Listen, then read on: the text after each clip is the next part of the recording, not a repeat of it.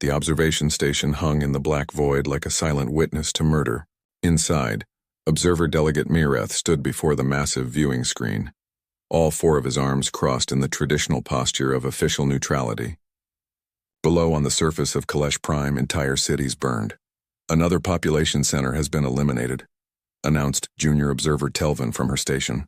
Her voice shook slightly. She was new to this duty, having only served 3 cycles in the Concordate's Conflict Resolution Division. Mireth's skin rippled with the colors of resigned acceptance. Document it. All evidence must be preserved for the post-conflict analysis. On the screen, the 2 great fleets faced each other across the orbital plane.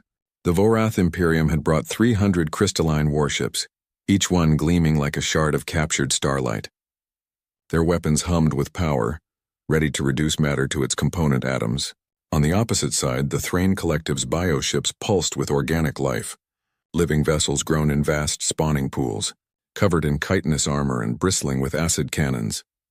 Below them, caught between 2 ancient empires, the native Kalishi died by the millions. The Vorath have deployed atmospheric incendiaries over the southern continent, Telvin reported. Her hands trembled as she entered the data. Estimated casualties, 4.7 million civilians. Continue monitoring. Mireth responded automatically. The Kalesh system had become a protected conflict zone 6 months ago. When both empires claimed the world below, the planet sat on a strategic hyperspace junction, valuable to both powers. Rather than risk a war that could devastate half the galaxy, the Concordate Council had invoked the sacred protocol of contained resolution. The 2 empires could fight here in this system, following certain rules. The winner would claim the territory. The loser would withdraw. No other species could interfere. It was civilized. It was orderly. It had been done this way for thousands of years. The Kaleshi, who had no voice in the Concordate, had not been consulted. They're firing on the refugee columns again, Telvin whispered. On the screen, a line of desperate civilians fleeing toward the mountains disappeared in a flash of plasma fire. The Thrain Swarm Mother had decided that mobile targets were acceptable practice for her warriors. Mireth's skin flickered with colors he quickly suppressed. Disgust was not an appropriate emotion for a Concordate observer. Document and continue. With respect, Observer Delegate, Telvin said, her voice barely audible. How many more must die before this ends? Until one side achieves victory according to the established parameters, Mireth answered. It was the correct answer. The only answer allowed. On the planet below, the Kalishi had achieved early industrial civilization. They had built cities of stone and metal, created art that rivaled the finest in Concordate space, and developed a complex philosophy about the nature of existence. They had been on the verge of splitting the atom when the first alien warships arrived in their sky. Now their cities were craters, their art burned to ash, and their philosophers lay dead in the streets. Fleet Commander Jakor of the Vorath addressed his bridge crew with confidence. His crystalline body refracted light from the command displays, creating rainbow patterns on the walls. The Thrain will break within another cycle. Their bioships cannot sustain this level of combat without resupply. His tactical officer, a younger Vorath named Sethis, gestured toward the planet. Commander, the native population centers continue to interfere with our targeting solutions. Perhaps if we evacuated them to irrelevant, Jakor interrupted. The Kaleshi are not Concordate members. They have no voice in this resolution. If they are destroyed as a consequence of legitimate military action, that is their misfortune. He had said these words so many times they had become automatic, meaningless. Across the orbital divide, Swarm Mother Caxthal thought similar thoughts. She crouched in the living flesh of her flagship's command chamber, her compound eyes tracking multiple data streams simultaneously. The Vorath had superior numbers, but Thrain bioships could regenerate damage. It would be a long conflict, but she had time. The creatures below the Kaleshi were simply obstacles, soft things that broke easily when caught between greater powers. Back on the observation station, Telvin worked late into the cycle, long after Mireth had retired to his quarters. She reviewed the data they had collected, the endless documentation of atrocity. The Concordate would examine it all after the conflict ended, would write reports and perhaps issue stern recommendations about the use of prohibited weapons. None of it would bring back the dead. She pulled up images of the Kalishi from before the conflict began. They were tall, slender beings with 4 eyes and beautiful bioluminescent patterns on their skin that changed with their emotions. They had sent out primitive radio broadcasts, music and stories, dreams transmitted to the stars. They had hoped someone might be listening. Someone had been listening. The Concordat had cataloged them, studied them, and then designated their world as an acceptable battlefield. Telvin's hands moved across her console before she fully realized what she was doing. She accessed the long-range communications array, the one used to report to Concordat headquarters. She bypassed the security protocols with codes she wasn't supposed to have. Codes she had copied months ago when she first understood what her job really meant. She crafted a message, not to the Concordat but outward, into deep space toward regions where younger species lived, species that might not yet understand that the galaxy was ruled by laws that valued order over life. "This is Junior Observer Telvin of Concordat Station Kalesh 9, she transmitted. "I am sending this without authorization. A genocide is occurring in the Kalesh system. Coordinates attached. 2 major powers are destroying an entire civilization while the Concordat watches. I don't know if anyone is listening. I don't know if anyone cares. But I had to try." She attached all the data. Every image of burning cities and murdered civilians. Every piece of evidence that her superiors collected but did nothing about. Then she sent it outward. A bottle cast into the cosmic ocean. A desperate hope that somewhere, someone might answer. The message traveled through hyperspace, bouncing off relay stations, spreading through the communications network that connected thousands of worlds. Most species that received it deleted it immediately. Unauthorized transmissions were illegal. Interfering in a sacred protocol conflict was unthinkable. But the message kept traveling, jumping from system to system, until 6 days later it reached a region of space where a young species had recently established its first interstellar colonies. The humans called it the Outer Territories. And in the Outer Territories, the 3rd Expeditionary Fleet was conducting routine patrols when a communications officer aboard the UHSV Indomitable noticed an unusual signal. "Admiral Kowalski," the officer called out. "You need to see this." Admiral Sarah Kowalski was in her quarters reviewing supply reports when the call came. She had been in space for 30 years, had seen first contact with 5 alien species, and had learned that the galaxy was far stranger and more dangerous than humanity had ever imagined. But she had never seen anything like the message that waited for her on the bridge. She watched the footage in silence, the burning cities, the fleeing civilians cut down by weapons beyond their comprehension. The 2 massive fleets treating an entire world as their personal arena. "How far?" she asked quietly. 6 days at maximum jump speed, her navigation officer replied. "Get me the Concordat embassy. I want to know what the hell is happening in that system." The answer she received was worse than she expected. It was legal. It was sanctioned. It was protected by laws older than human civilization. No one was supposed to interfere. Kowalski stood on her bridge, watching the footage loop on the screen, and made a decision that would change everything. The conference room aboard the UHSV Indomitable was filled with tension. Admiral Sarah Kowalski sat at the head of the table, her fingers steepled beneath her chin. Around her, the senior officers of the 3rd Expeditionary Fleet waited in silence. Captain Marcus Chen was the first to speak. "Admiral, I need to say this clearly. If we intervene in that system, we risk everything. The Concordat could expel us. We could face sanctions that would cripple Earth's economy. We might even trigger a war with species that have been traveling the stars for thousands of years while we were still living in caves." "I'm aware of the risks, Marcus," Kowalski replied. "Are you?" Chen leaned forward, his voice urgent. "We've been part of the Galactic community for 80 years. 80 years. We're infants compared to these civilizations. They have rules, protocols that have kept the peace for millennia. Who are we to throw that away?" Dr. Yuki Tanaka, the fleet's senior xenoanthropologist, cleared her throat.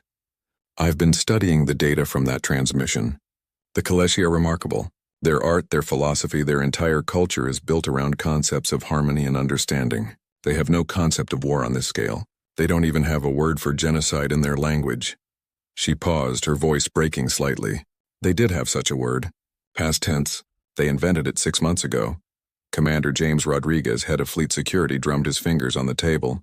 "The tactical situation is a nightmare. 2 major Empire fleets, hundreds of ships between them. We have 47 vessels. Even with our technological advantages, we'd be massively outnumbered. But not outmatched, said Commander Lisa Park from Engineering. Our weapons systems are different from theirs. They've been fighting each other for so long. They've adapted to counter each other's technology.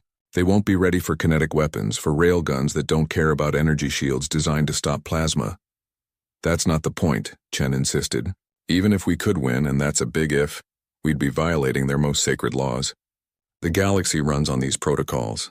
Without them, there's chaos. Kowalski finally spoke, her voice quiet but firm. Show me the footage again. The main screen activated. They all watched in silence as a Kaleshi city burned. The aliens had 4 eyes. And in the final moments before the plasma strike hit, every eye was turned skyward, looking for salvation that never came.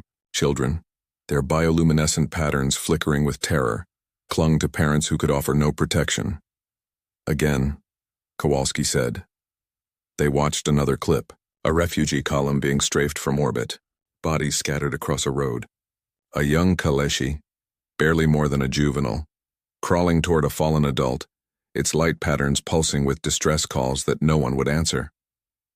Kowalski stood up slowly.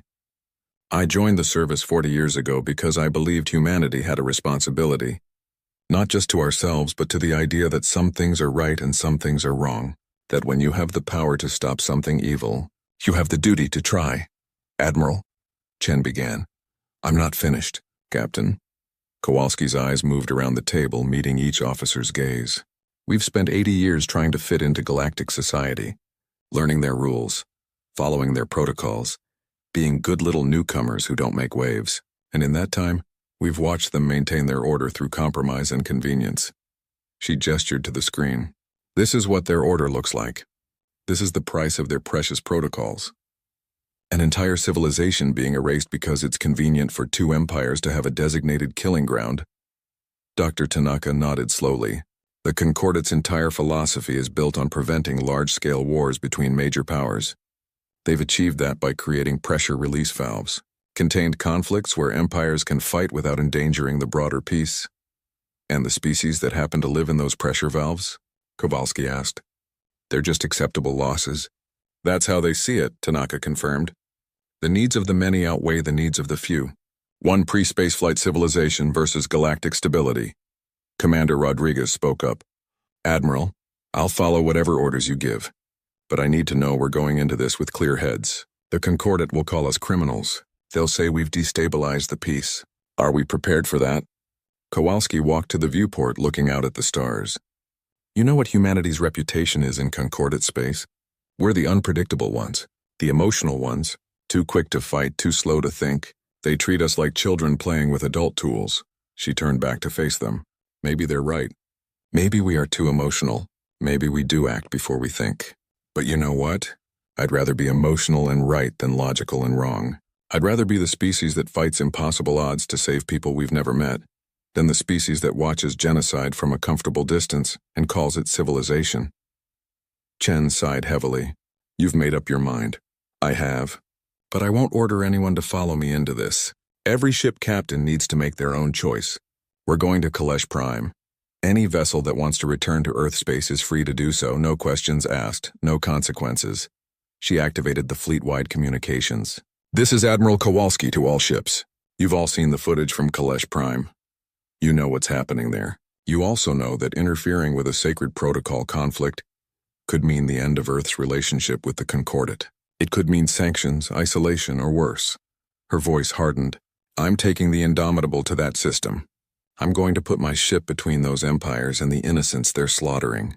I'm probably going to violate a dozen galactic laws doing it, and I'm going to sleep well knowing I made that choice. She paused. Any ship that wants to come with me, set course for Kalesh Prime, maximum jump speed. Anyone who thinks I'm making a mistake, head back to Earth. You have 2 hours to decide. Kowalski out. The conference room was silent after she cut the transmission. Chen looked at her for a long moment, then smiled slightly. You know half the fleet is going to hate you for putting them in this position. Only half? Kowalski asked. The other half already hates you for making them feel like cowards if they don't come. Dr. Tanaka stood up.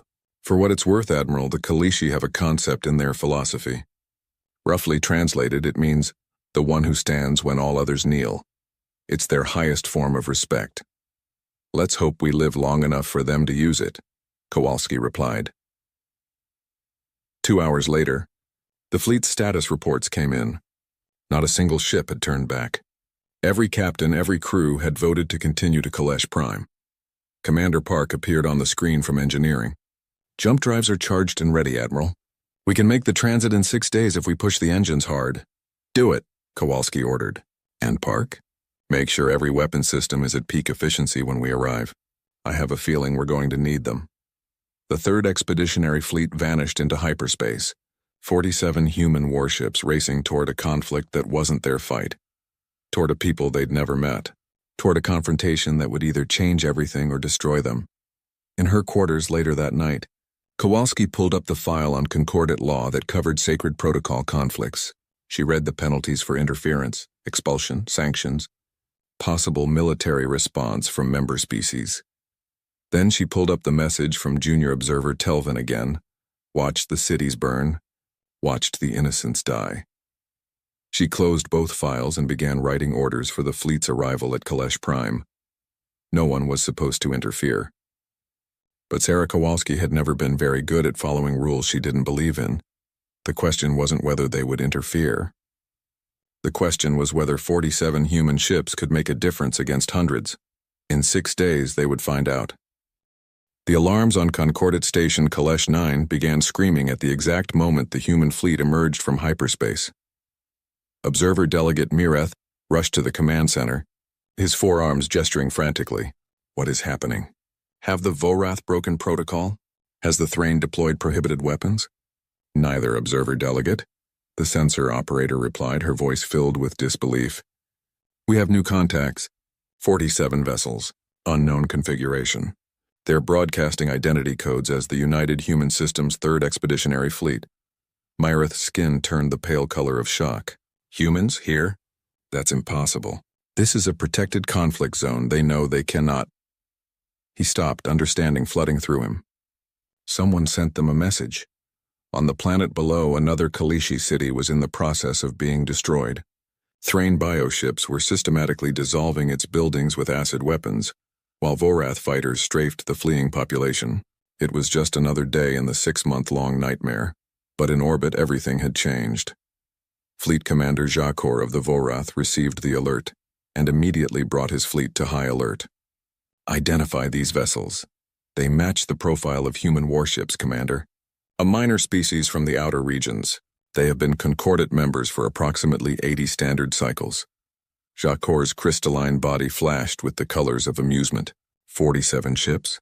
They dare enter a conflict zone with such a pitiful force? Open a channel. I will educate these primitives about their place. Before he could transmit, the Concordat station broadcast to all vessels in the system. Mireth's voice carried the weight of ancient authority. Attention, unidentified human fleet. You are in violation of Concordat Statute 7.3, Article 12. This is a designated protected conflict zone. Your presence here violates the sacred protocol of contained resolution. You must withdraw immediately or face severe consequences. On the bridge of the Indomitable, Admiral Kowalski listened to the transmission without expression. Captain Chen stood beside her, watching the tactical display that showed them hopelessly outnumbered. They're right, you know, Chen said quietly. We are violating their laws. I know, Kowalski replied. Open a channel to the Concordat station. When the channel opened, Kowalski spoke clearly and calmly. Concordat Station Kalesh 9, this is Admiral Sarah Kowalski of the United Human Systems. We received a distress signal from this system indicating a humanitarian crisis in progress. We are responding to that call for help. Mireth's voice crackled with outrage. There is no humanitarian crisis. This is a legitimate conflict resolution between two concordant member empires. The Kaleshi are not members and therefore not protected under... I've read your laws, Observer Delegate, Kowalski interrupted. I know what they say. I'm here to tell you that we don't care. We're looking at footage of genocide. We're watching an entire civilization being erased, and we're putting a stop to it. The communication channel exploded with multiple voices. Jakor was demanding the humans withdraw. Swarm Mother Caxthal was threatening to destroy the human fleet. Mireth was citing legal precedents that were older than human writing. Kowalski let them talk for exactly 30 seconds. Then she cut through the noise. All forces in the Kalesh system, this is Admiral Kowalski. You have 1 hour to cease all military operations against the Kaleshi population and withdraw to high orbit. After 1 hour, any vessel engaging in hostile action against civilians will be considered a legitimate military target. The communication channels went silent for a moment. Then Jakor's laughter echoed through the void. You threaten us? You with your handful of primitive vessels threaten the Vorath Imperium? Your ignorance is almost charming.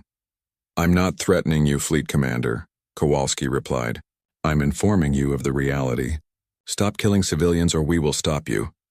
Swarm Mother Kexthal's voice joined the conversation, her words clicking and hissing through the translator. The Thrain Collective does not take orders from inferior species. You are irrelevant to this conflict. Your interference will be noted and punished. Kowalski turned to her weapons officer. Commander Park, what's the status of our railgun batteries? Charged and ready, Admiral, Park replied with a slight smile. Target locks are solid. Good. Kowalski leaned forward in her command chair. Fleet Commander Jakor, Swarm Mother Kexthal, I want you to understand something about humans. We're new to your galactic community. We're young, we're inexperienced, and we don't have thousands of years of tradition guiding our actions. What we do have is a very simple principle. We don't watch innocent people die when we can do something about it. She checked the chronometer. You now have 58 minutes to comply. I suggest you use them wisely. On the Vorath flagship, Jakor consulted with his tactical staff. Analysis of human vessels? His officer gestured to the displays. Their ships are smaller than ours, Commander. Their technology appears to be conventional fusion drives and kinetic weapons, nothing that suggests they pose a significant threat. Then we will ignore them, Jakor decided. Continue operations against the Kaleshi strongholds. If the humans interfere, destroy them as an example. The Thrain reached a similar conclusion. Swarm Mother Kexthal had no interest in delaying her assault for the sake of a minor species with delusions of importance. The hour passed. Below on Kalesh Prime, a fresh bombardment began. A Kaleshi settlement housing 50,000 civilians disappeared under Vorath plasma fire. Target acquired, Commander Park reported. The Vorath flagship bearing 273 Mark IV. Fire, Kowalski ordered. The Indomitable's main railguns spoke with thunder. Solid projectiles accelerated to a fraction of light speed, crossed the distance to the Vorath flagship in seconds. The Vorath shields, designed to deflect energy weapons, barely registered the kinetic rounds before they punched through. The shots weren't meant to destroy. They were meant to disable. The projectiles tore through the flagship's command section, destroying their primary control systems but leaving the crew alive. Simultaneously, 12 other human destroyers opened fire on Thrain bioships. Railgun rounds and missile swarms overwhelmed their organic defenses. Acid cannons melted and command chambers ruptured. Within 30 seconds, both flagships were crippled and drifting. The alien fleets erupted in chaos. No one had expected the humans to actually attack. No one had believed they could do significant damage. Both assumptions proved catastrophically wrong. All human vessels break formation Alpha, Kowalski commanded. Engage targets of opportunity. Rules of engagement, disable only. We're not here to conquer. We're here to protect. The human fleet scattered across the orbital plane like a swarm of angry hornets. The aliens had hundreds of ships, but they fought with rigid tactics honed over centuries of warfare against each other. The humans fought like humans had always fought, with improvisation, aggression, and a complete disregard for what was considered honorable. Human fighters used debris fields for cover, emerging to strike and disappearing before return fire could find them. Destroyers worked in packs, coordinating their attacks with a flexibility that bewildered the aliens. Cyber warfare specialists hacked into both alien fleets' communication networks, creating confusion and false orders. Captain Chen watched the tactical display with a mixture of admiration and horror. We're actually holding them. For now, Kowalski agreed. But we can't keep this up indefinitely. Park, deploy the marine transports. Get our people on the ground. Admiral, that's an order, Captain. Those Kaleshi need protection, and we're going to give it to them. 20 transport ships broke from the fleet and dove toward the planet's surface. Thrain interceptors moved to stop them, but human fighters swarmed the bioships, trading fire in a desperate effort to keep the transport safe. 2 transports were hit and fell from the sky, their crews lost, but 18 made it through, landing in areas where Kaleshi refugees were gathered. Major Rebecca Torres was first off her transport, her combat armor gleaming in the alien sun. Around her, thousands of Kaleshi stared at the humans with their 4 eyes wide. "Set up a perimeter," Torres ordered. "Nothing gets through to these people. Nothing." A young Kaleshi approached cautiously, its bioluminescent patterns flickering with patterns the translator couldn't interpret. It spoke in its musical language, and Torres's helmet provided a translation. "Are you the ones from the sky message? The ones who came to help?" Torres looked at the frightened civilians, at the families huddled together, at the children who had known nothing but war for half their lives. She thought about all the regulations they were breaking, all the laws they were violating. "Yeah," she said finally. "We're the ones, and we're not going anywhere." Above in orbit, the battle continued. The humans were outnumbered 8-1, outgunned and fighting 2 empires simultaneously. By every tactical assessment, they should have been destroyed in the first exchange. But they weren't fighting for territory or resources. They were fighting for something both alien fleets had forgotten how to value. They were fighting for people who couldn't fight for themselves, and that made all the difference. The battle for Kalesh Prime had been raging for 3 hours. The UHSV Indomitable shuddered as another plasma blast glanced off its shields. Admiral Kowalski gripped her command chair, watching the tactical display as it painted a picture of controlled chaos. "Shield strength at 40%, Commander Park reported from engineering. "We can't take many more hits like that." "The Defiant is venting atmosphere from Deck 7, Captain Chen added, reading reports from across the fleet. "The Resilience has lost main power. The Endeavor is down to maneuvering thrusters only." Kowalski studied the display. They had hurt the alien fleets badly in the initial engagement. But the numbers game was catching up. For every alien ship they disabled, 2 more moved into position. The Vorath and Thrain had stopped fighting each other entirely, united in their outrage at human interference. Status on the ground forces: Major Torres reports secure perimeters around 3 refugee centers. She's requesting air support. Thrain ground forces are trying to push through to finish off the civilians. Tell her we're sending what we can. Kowalski turned to her tactical officer. "Lieutenant Morrison, detach the strike fighters from escort duty. Send them to support the ground troops. Admiral, that will leave our capital ships vulnerable." "I know. Do it anyway." On the planet's surface, Major Torres crouched behind a barrier of fused stone, her rifle trained on the approaching Thrain warriors. The insectoid aliens moved in coordinated swarms, their mandibles clicking as they advanced. Behind Torres, 5,000 Kaleshi huddled in what remained of an ancient temple. "Contact, 200 meters, her sergeant called out. "Full swarm formation. Hold your fire until they're in effective range," Torres ordered. "Make every shot count." The Thrain warriors were terrifying up close. Each one stood 3 meters tall, covered in chitinous armor that could turn aside most small arms fire. They moved with inhuman speed, driven by a hive intelligence that left no room for fear or hesitation. Torres had fought many enemies in her career. She'd never fought anything quite like this. "Fire!" The human Marines opened up with their rifles, targeting the joints in the Thrain armor. The aliens fell, but more replaced them immediately. The swarm kept coming, driven by orders from their swarm mother in orbit. Eliminate the humans, eliminate the Kaleshi, restore the proper order of the conflict.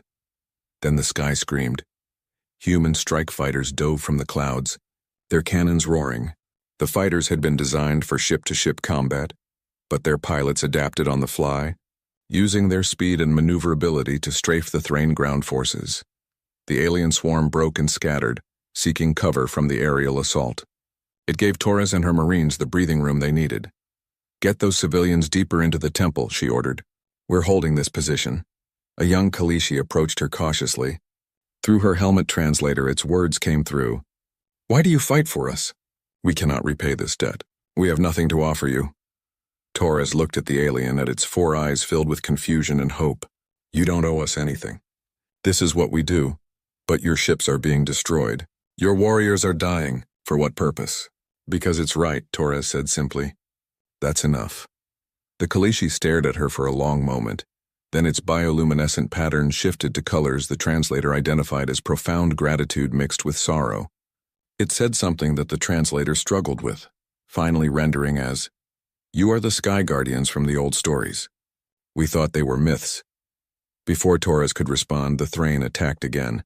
In orbit, the situation was deteriorating rapidly. The Indomitable had taken 3 direct hits and fires burned on decks 4 and 5. The Vorath fleet was pressing hard, using their numerical advantage to surround isolated human vessels. "The Valiant is breaking up," Chen reported, his voice tight. "They're ordering abandon ship." Kowalski watched the tactical display as the destroyer came apart under concentrated fire. Escape pods launched, but several were caught by plasma fire before they could reach safety. 200 crew members gone in seconds. "We can't sustain this," Chen said quietly. "Sarah, we need to withdraw. We've made our point. If we stay, we'll lose the entire fleet. And what happens to the people on the ground? To the Kalishi and those refugee centers? They'll die. But so will we if we don't pull back." Kowalski's hands clenched on the arms of her chair. She had known this moment would come, had known that good intentions and moral clarity wouldn't be enough against superior numbers, but knowing it and accepting it were different things. "Hail the Vorath commander," she ordered, "and the Thrain swarm mother. Conference channel."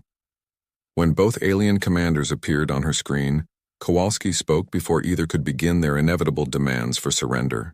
"This is Admiral Kowalski.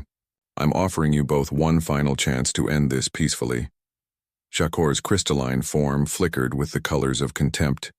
His flagship had been repaired enough to restore basic functions, but the damage to his pride remained fresh. "You are in no position to offer anything, human. Your fleet is dying. Your interference has failed. Withdraw now and perhaps we will allow you to survive." Swarm Mother Kexthal's compound eyes fixed on Kowalski with alien calculation. "The Thrain Collective agrees. Your resistance is admirable but futile. You have demonstrated courage. Now demonstrate wisdom and retreat." "I'm not talking about us retreating," Kowalski said. "I'm talking about you both withdrawing from this system entirely. Take your fleets and go. Let the Kaleshi live in peace." Both alien commanders reacted with what could only be called astonishment. Jakor spoke first. "You have lost this battle and yet you make demands? Your species truly is as irrational as reports suggest." "Maybe we are," Kowalski agreed. "But here's what you need to understand. We're not leaving. You can destroy every ship in my fleet, but we'll keep fighting. You can kill every Marine on the ground, but they'll keep fighting. We'll make this the most expensive victory you've ever achieved." "Threats from a position of weakness accomplish nothing," Kexthal observed. "It's not a threat. It's a fact." Kowalski leaned forward. "But it's also not the whole story. See, while we've been fighting, this battle has been broadcast across concordate space. Every species in the galaxy is watching right now. They're watching you both systematically exterminate a peaceful civilization. They're watching a handful of humans sacrifice themselves trying to stop you." She paused, letting that sink in. "How do you think that looks? 2 ancient empires with all their power and prestige, barely holding their own against 47 human ships. And those humans? They're only here because they care about people you're treating as irrelevant obstacles." Jakor's colors shifted to something that might have been uncertainty. "The Concordate understands the necessity of—" "The Concordate leadership might understand," Kowalski interrupted. "But what about everyone else? What about all those populations watching their government stand by while genocide happens? What about all those species that joined the Concordate believing it stood for civilization and order?" She gestured to her tactical display. "Right now we're making you both look like monsters, and we're making the Concordate look complicit. Is that really worth one strategic system?" There was a long silence. Captain Chen looked at Kowalski with something approaching awe. She wasn't just fighting a military battle.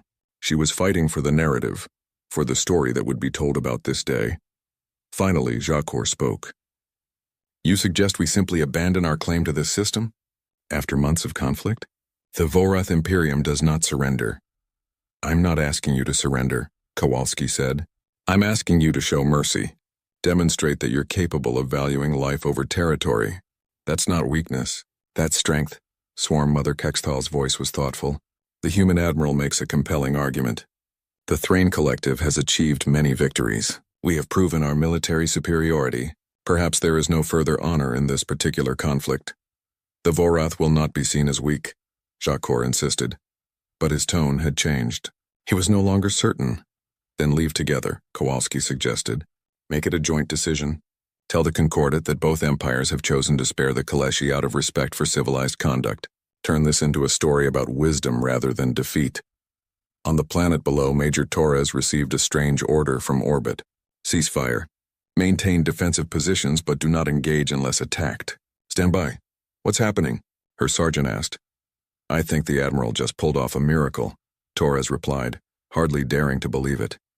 The alien fleets held their positions. Minutes stretched into eternities. The Kaleshi refugees watched the sky, not knowing if the next moment would bring death or deliverance. Then, slowly, the Vorath and Thrain fleets began to withdraw to high orbit. The bombardment stopped. The ground forces pulled back. The battle was over.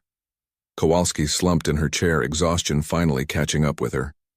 They had done it. Somehow, impossibly, they had done it. Fleet-wide channel, she ordered. All ships maintain position but stand down from combat alert. Begin damage assessment and rescue operations. Someone get those escape pods picked up. Chen was smiling, actually smiling. Sarah, that was... Don't, she interrupted. We lost good people today. The Valiant, the transports that didn't make it. This isn't a victory to celebrate. Maybe not, Chen agreed. But it's a victor. 3 weeks after the battle, Admiral Sarah Kowalski stood in the council chamber of the Galactic Concordat. The chamber was vast, designed to accommodate hundreds of species in an array of different atmospheric conditions and gravity fields. It was a monument to diversity and cooperation, built to remind everyone of the civilization they had achieved together. Right now, it felt like a courtroom. The council consisted of representatives from 47 major species, with hundreds of observer delegations filling the galleries. Every eye of every type imaginable was focused on Kowalski, as she stood alone in the center of the chamber. The speaker, an ancient being from a species whose name humans couldn't pronounce, addressed her with a voice that resonated through multiple translation systems. Admiral Sarah Kowalski of the United Human Systems, you have been summoned to answer for your actions in the Kalesh system. The charges are severe. Violation of Concordat Statute 7.3, unauthorized military intervention in a protected conflict zone, destabilization of sanctioned conflict resolution protocols, and causing harm to 2 member empires' military forces. Kowalski stood at attention, her uniform crisp despite the long journey to the Concordat homeworld. She had refused legal representation, refused to prepare a defense, refused to do anything except tell the truth. I understand the charges, she said simply. Do you deny them? No, I violated your laws. I knew I was violating them when I gave the order. I'd do it again. A murmur ran through the assembled delegates. The speaker's form shifted in what might have been surprise. You admit your guilt and express no remorse. I admit I broke your rules, Kowalski clarified. I don't admit guilt because I don't believe what I did was wrong. Your laws required me to watch genocide. I chose to stop it instead. The Vorath delegate rose, his crystalline body flashing with angry colors. The human admiral demonstrates the arrogance typical of her species. The sacred protocol has maintained galactic peace for 3,000 cycles. One does not simply discard such traditions because of emotional reactions to unfortunate necessities. Unfortunate necessities, Kowalski repeated. Is that what you call the murder of billions? The Kaleshi population before your conflict began was 8 billion. When my fleet arrived, it was down to 3 billion. 5 billion people dead, because they happened to live on a world you wanted. They were casualties of a legitimate conflict, the Vorath delegate insisted. They were civilians, children, artists, philosophers, people who had never done anything to either of your empires except exist. In the wrong place, the Thrain delegate spoke. Her clicking voice translated into standard language. The Kaleshi were not Concordat members. They had no standing, no voice in our affairs. To disrupt an established protocol for the sake of non-members is to threaten the entire foundation of galactic order. Kowalski turned to face the Thrain delegation. If your foundation requires the mass murder of innocents, then maybe it's time to build a new foundation. The chamber erupted. Delegates shouted in dozens of languages, some supporting Kowalski, others demanding immediate punishment. The speaker called for order, his voice cutting through the chaos. When silence finally returned, another delegate stood. This one was from a species humanity had little contact with, the Viridian Collective. Their representative spoke with careful precision. The human makes an uncomfortable point. The Concordat has long prided itself on civilized conduct.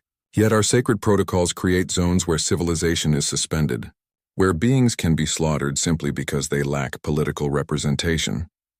The protocols prevent larger wars, the Vorath delegate argued.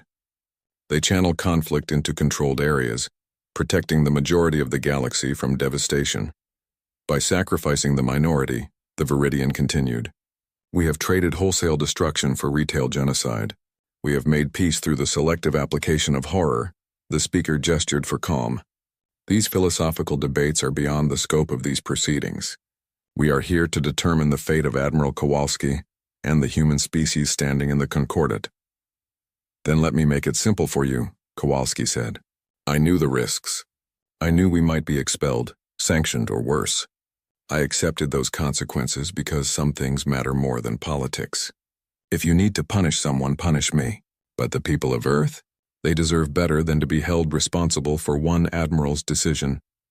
Captain Chen, watching from the observation gallery, felt a surge of pride. Kowalski was falling on her sword, trying to protect humanity from the fallout of her choice. But she wasn't alone. The gallery erupted as dozens of observers stood. Species from across the Concordat, populations who had no official voice but had been watching the footage from Kalesh Prime, began a gesture that transcended culture. They applauded. The speaker called for order again, but the applause continued. It spread through the chamber, from observers to some of the junior delegates from species who remembered what it was like to be weak and unprotected. Finally, the speaker's voice boomed through the space. Order! This council will have order! The applause stopped, but the message had been sent. Whatever the official judgment, popular opinion was clearly divided. A new figure entered the chamber and Kowalski felt her heart sink. It was Fleet Commander Jakor himself, come to testify against her. But when the Vorath commander spoke, his words were not what she expected. The human admiral violated our sacred laws, Jakor began. She interfered in a conflict that was not hers. She attacked vessels of two sovereign empires without provocation. He paused, his crystalline form reflecting the chamber's light. She also demonstrated a quality that we Vorath claim to value above all others: honor. The chamber went silent. I fought the humans, Jakor continued. I witnessed their tactics, their determination, their willingness to die for beings they had never met. And I was forced to confront an uncomfortable truth. The Vorath had forgotten what honor truly means. We had confused procedure with principle, tradition with morality. He turned to face Kowalski directly. The human admiral made me question what we were doing in that system, whether winning a piece of territory was worth the price we were paying in innocent lives. The Vorath Imperium has decided to support a reform of the sacred protocols. Conflicts may still occur, but they will no longer be permitted on inhabited worlds where pre-spaceflight civilizations reside. Swarm Mother Kexthal rose from the Thrain delegation. The collective concurs. The humans showed us that strength and compassion are not mutually exclusive, that true power includes the courage to show mercy. The speaker seemed overwhelmed by this development. The council recognizes the statements from both empires. However, the violation of law still stands. Admiral Kowalski still acted outside Concordat authority. Then change the law, came a voice from the gallery. It was Junior Observer Telvin, the one who had sent the original distress call. She stood shakily, knowing this would likely end her career. I sent that message. I violated protocol because I couldn't stand by and watch anymore. If the law requires good people to do nothing while evil happens, then the law's wrong. Observer Delegate Mireth stood beside her. I hereby submit my resignation from the Conflict Resolution Division.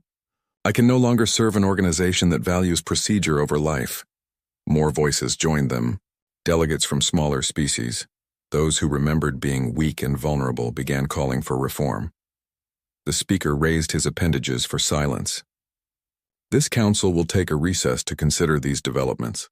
Admiral Kowalski will remain in custody pending our decision. The recess lasted 3 days. During that time, the galaxy watched and waited. Protests erupted on dozens of worlds. The footage from Kalesh Prime played on every news network, showing the human fleet standing alone against impossible odds, showing Marines protecting refugees, showing one species willing to risk everything for strangers. Humanity had become a symbol, not of military might or technological superiority, but of something the Concordat had almost forgotten: moral courage. When the council reconvened, the speaker's announcement was carefully worded. The council has reached a decision. Admiral Sarah Kowalski is hereby censured for violation of Concordat law. The United Human Systems will be required to submit their military protocols for review. A pause, then the real verdict.